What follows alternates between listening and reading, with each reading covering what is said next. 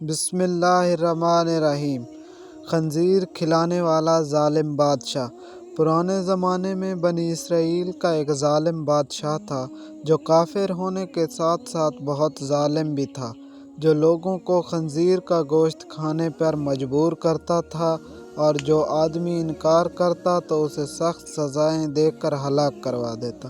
پھر اس زمانے کے سب سے بڑے عابد کو بادشاہ کے پاس لایا گیا۔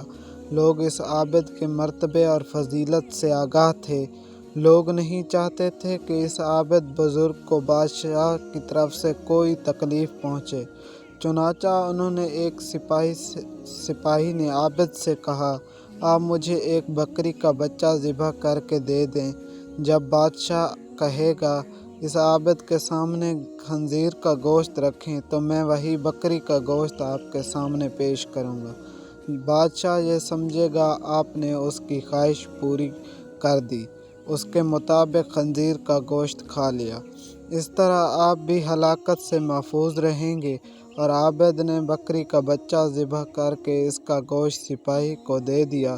جب عابد کو بادشاہ کے سامنے لایا گیا تو بادشاہ نے حکم دیا کہ خنزیر کا گوشت لایا جائے۔ منصوبے کے مطابق اس سپاہی نے بکری کا گوشت عابد کو پیش کیا۔ بادشاہ نے کہا، میرے سامنے خنزیر کا گوشت کھاؤ۔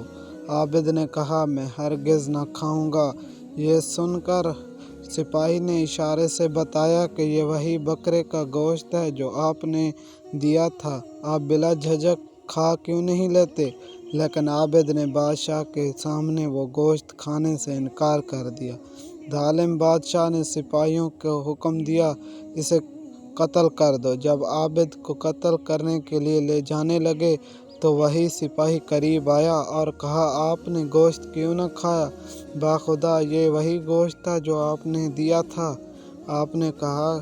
عابد نے کہا کہ ایسی کوئی بات نہیں، بلکہ میں اس بات سے ڈر گیا تھا لوگ میری وجہ سے فتنے میں مبتلا نہ ہو جائیں، کیونکہ جب کسی کو خنزیر کا گوشت کھانے پر مجبور کیا جائے گا تو لوگ کہیں گے کہ فلاں عابد نے بھی تو مجبور ہو کر حرام گوشت کھا لیا تھا، لہٰذا ہم بھی کھا لیتے ہیں۔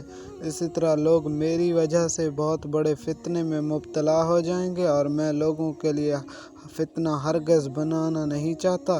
یہ کہہ کر وہ عابد خاموش ہو گیا اور جلاد نے اس کا سر تن سے جدا کر دیا۔